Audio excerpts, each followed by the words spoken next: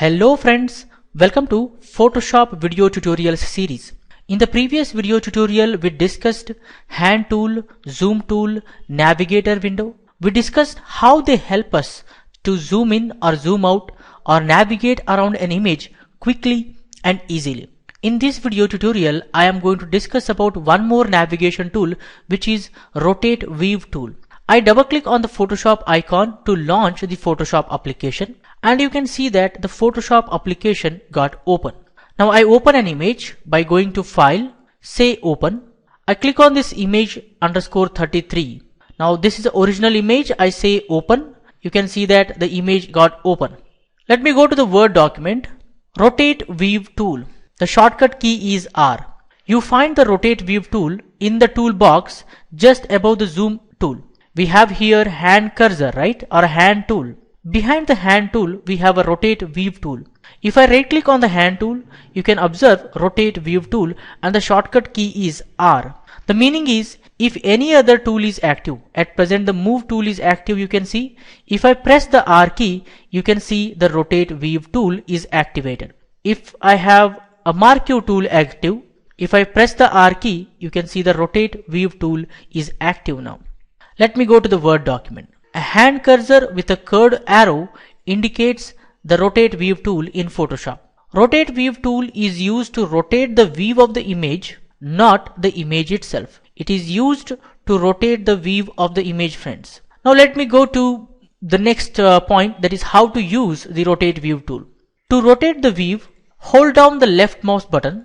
Once you see the compass, start dragging the red needle around the compass. I go to the Photoshop. If you want to rotate the view of the image, once you selected the rotate view tool, click and hold down the left mouse button. You see the compass. Once you let go the left mouse button, the compass will be hidden. If you hold down the left mouse button, you see the compass.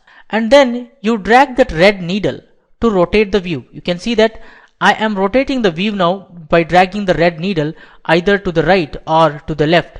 So you can rotate the view like that. It's very simple. Once you let go the left mouse button, again the compass is hidden.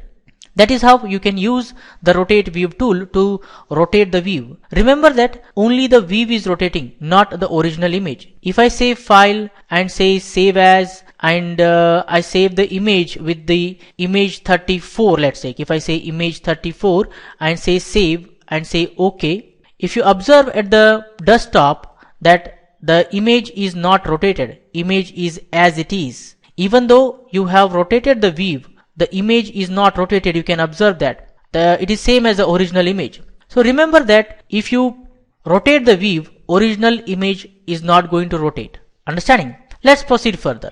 There are some options which we can use with respect to the rotate view tool. First one is the rotation angle text field. Rotation angle text field helps us to type the rotation angle directly. The minimum value we can give is minus 79 degree and the maximum value we can give is 180 degree.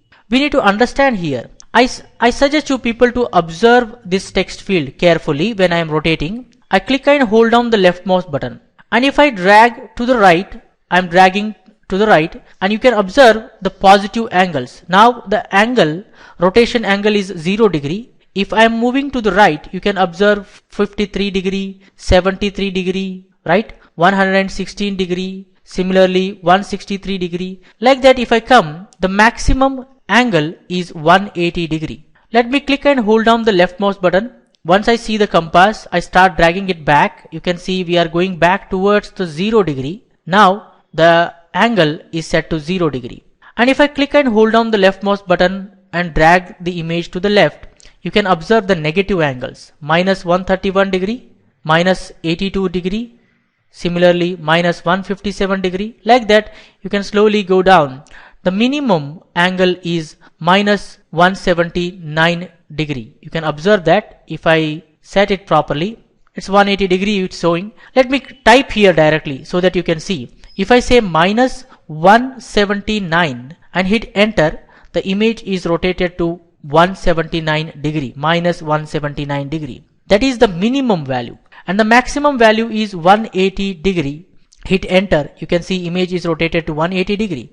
most important thing you should observe and understand is, let me say 0 degree and hit enter. If I click and hold down the left mouse button and start dragging to the right, on the right hand side you find positive angles 0 to 180 degree. On the left hand side you see negative angles 0 to minus 179 degree. That is most important to understand, friends. So minus 179 degree is the minimum value. That is all about the rotation angle. If you know the angle, you can directly type. For example, I want to weave the image at 45 degree. So if I type there 45 degree, you can see the image is rotated to 45 degree. Actually, the weave is rotated to 45 degree, not the original image is rotated to 45 degree. You should understand that very carefully. Now let's proceed further to the next discussion. Rotate view button. Instead of compass, we can use the rotate view button also to rotate the view. That means here we have a rotate view button, friends. You can use that also. If you click and hold down the left mouse button and start dragging, you can see the image view is rotating. You can rotate the image by using this rotate view button also. That's the meaning of instead of compass, we can use this button. If you can use the compass also for rotating with a view, you can use the rotate view button also, which is available in the option bar for rotating the view of the image. Let's proceed further. Next we have reset view button, which sets the rotation angle to 0 degree. At any time you rotated the image, if you click on the reset view button, the image is rotated to 0 degree. The rotation angle now is at 0 degree. You might have rotated the image, or you might have rotated the image view, and you want to reset back it to 0 degree. You click on reset view. You can see the image view is rotated to 0 degree, friends. Next option we have is rotate all windows, which help us to rotate views of all open windows. That means if I duplicate the image, I duplicate the image by going to image menu and say duplicate and say OK. You should see one more duplicate copy created. I drag it outside so that I can create a free floating window. I drag this image also outside so that we can see the free floating window. Now if I click and hold down the left mouse button, you can see the compass in the active window, and if I rotate and let go the left mouse button, only the active window image view is rotated, not the other window image view. Let me reset view back, and now I select the rotate all windows checkbox and click and hold down the left mouse button and start dragging to the right. Once I let go the left mouse button, observe in both the windows image view is rotated to 44 degree. Let me reset view. You can see both windows are reset back to 0 rotation angle view. If I uncheck it, only the active window view is going to rotate.